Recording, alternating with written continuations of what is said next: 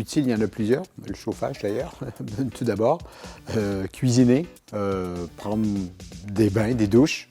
D'ailleurs, en parlant de bains et de douches, j'essaie d'abandonner le bain pour plutôt prendre des douches. Donc, il y a des modifications sur ce sujet. L'informatique, qui est apparue il y a une vingtaine d'années vraiment de manière puissante en matière de recherche. Et ça, on va continuer à devoir l'utiliser, même si c'est pour faire du traitement de texte et d'analyse de discours, mais pour aller chercher de l'information aussi.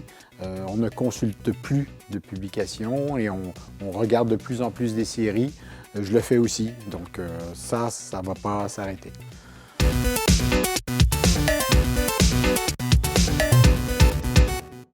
Ben, j'ai déjà abandonné le sèche-linge. Pour moi, ce n'était pas utile et c'était une consommation d'énergie trop importante. Il y a des choses qui sont dues aussi à des événements spécifiques de la vie, comme avoir un enfant il n'y a pas très longtemps qui fait que je vais avoir certains usages de l'énergie que je n'aurai pas dans quelques années. Ça va changer. Le chauffage va diminuer, c'est sûr.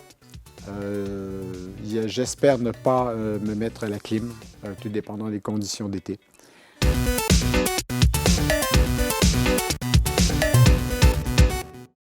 Ça va être tout ce qui est métavers, technologie 3D des médias, etc. Ça va venir de manière de plus en plus puissante.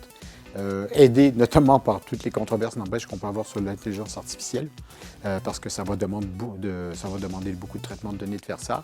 Est-ce que moi, personnellement, je vais m'y mettre? Je ne sais pas. Peut-être que oui, pour le plaisir. Peut-être que je vais résister le plus longtemps possible quand je fais avec toutes les technologies et que je vais finir par m'y soumettre de toute façon. C'est à voir. Mais ça va être un enjeu très fort montant des 10 prochaines années pour moi.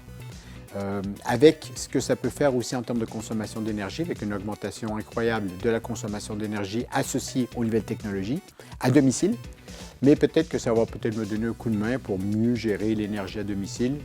J'en suis pas trop convaincu. Pour moi, personnellement, si je fais des efforts de consommation d'énergie, c'est pour des raisons environnementales, beaucoup plus que pour des raisons de facture, que je suis pauvre ou riche dans mes différentes phases de vie. J'ai toujours fait attention de toute manière.